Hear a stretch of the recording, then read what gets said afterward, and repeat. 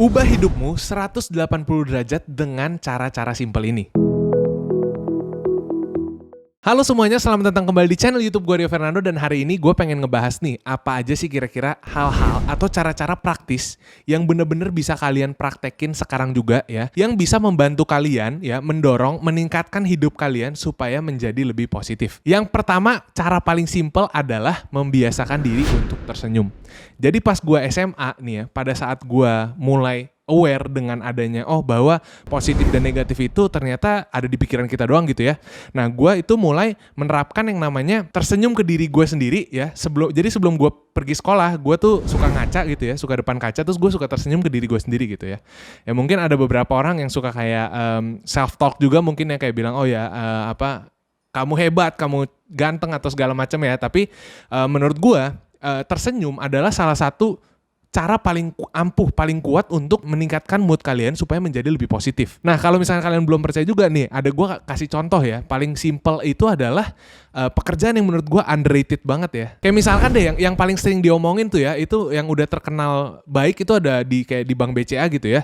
Satpamnya tuh udah terkenal baik sampai viral diomongin di mana-mana gitu ya. Jadi kita datang tuh langsung tersenyum, langsung ditanyain gimana kabarnya hari ini dan lain sebagainya gitu ya. Kalian sadar gak sih bahwa tindakan mereka yang seperti itu juga akhirnya membangun mood kita. Akhirnya kita jadi kayak senang juga, kita jadi akhirnya semangat juga gitu. Walaupun sebenarnya kalau kita pikir ya, kita ke bank juga ya bukan suatu hal yang exciting banget gitu loh ya. Tapi ketika ada seseorang yang menyapa kita seperti itu, kita jadi ikutan menjadi positif gitu. Berhubungan dengan hal yang kedua adalah kalian bisa mulai melakukan satu hal baik setiap harinya. Melakukan hal baik tuh gak selalu berarti kita harus bantuin orang, kita harus angkatin belanjaan orang, kita harus nyebrangin nenek-nenek gitu ya. Nggak selalu tentang kayak gitu juga ya. Karena mungkin gak setiap hari ada orang-orang di sekitar kita membutuhkan bantuan kita ya. Cukup misalkan dengan kayak tadi lu tersenyum ke orang lain ya kan. Atau misalkan memuji orang lain, hari ini gaya lu keren banget. Hari ini parfum lu baunya enak banget ya. Lu beli di mana atau hal-hal lain lah. Sesimpel kalian memuji orang lain ya. Karena apa? Balik lagi tadi, riset pun sudah membuktikan bahwa senyuman itu menular ya. Jadi ketika kalian bisa melakukan hal baik ke orang lain ya, kalian menerima energi positif dari mereka ya. Misalkan kalian puji terus mereka tersenyum gitu ya.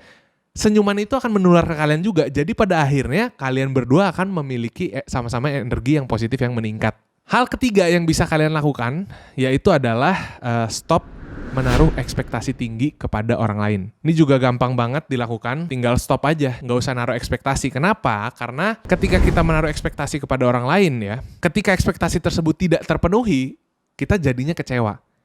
Kita jadinya energinya negatif. Padahal kalau dipikir-pikir, kita hidup di dunia ini tuh nggak ada utang apa-apa sama kita. Kenapa harus orang-orang tersebut mengikuti ekspektasi kita yang kita taruh ke mereka? Kenapa kita membebankan ekspektasi kita kepada orang lain dan orang lain tuh wajib untuk menjalankan ekspektasi tersebut gitu loh. Padahal dia nggak ada utang apa-apa sama kita gitu. Jadi daripada kita menaruh ekspektasi kepada orang lain terus kecewa ya, jadi mendingan gak usah taruh ekspektasi apa-apa aja gitu loh. Ya kalau misalkan terjadi ya bagus, kalau nggak terjadi ya udah, akhirnya kita akan biasa-biasa aja gitu loh. Karena kalian perlu tahu juga bahwa apa yang akan dilakukan orang itu bener-bener out of our control. Kita udah nggak bisa kontrol gitu loh. Jadi ngapain kita naruh ekspektasi kita ngapain naruh kesenangan kita terhadap sesuatu yang kita nggak bisa kontrol gitu. Hal keempat yang bisa kalian lakukan adalah cut off hubungan kalian dengan orang-orang yang negatif atau orang-orang yang toksik. Sama halnya dengan energi positif ya, yang bisa menular, maka energi negatif juga sama halnya bisa menular. Bahkan energi negatif itu lebih parah menularnya gitu ya. Ketika kalian berteman dengan lingkungan atau teman-teman yang punya energi negatif, secara tidak langsung kalian juga akan ikut-ikutan jadi negatif juga ya. Karena apa? Karena kalian perlu ingat bahwa misery loves company ya.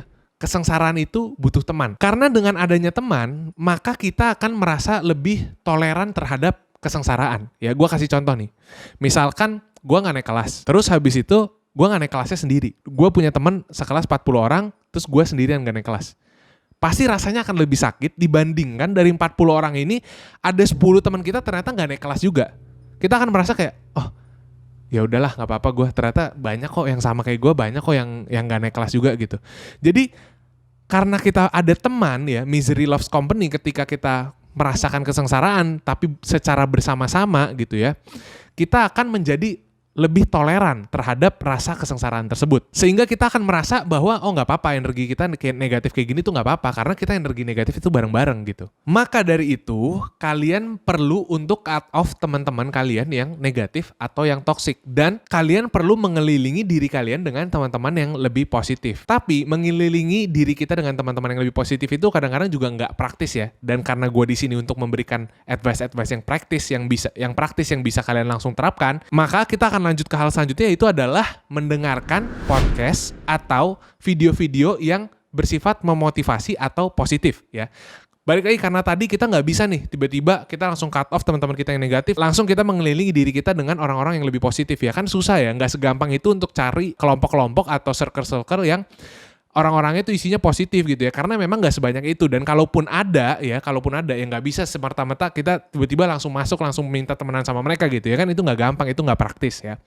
Oleh karena itu untuk melatih diri kita untuk lebih berpikir positif dulu ya, itu kita bisa menggunakan cara ini, yaitu mendengarkan video-video atau podcast-podcast yang positif atau memotivasi. Contohnya misalkan kayak video gua kayak gini ya. So itu dia cara-cara praktis yang bisa kalian terapkan langsung saat ini juga ya, supaya bisa mendorong kalian, supaya bisa membantu kalian meningkatkan hidup kalian ke arah yang lebih positif. Kalau misalkan kalian merasa terbantu dengan video ini, jangan lupa di like dan juga di share dan juga di subscribe. Thank you guys for watching and see you in the next video.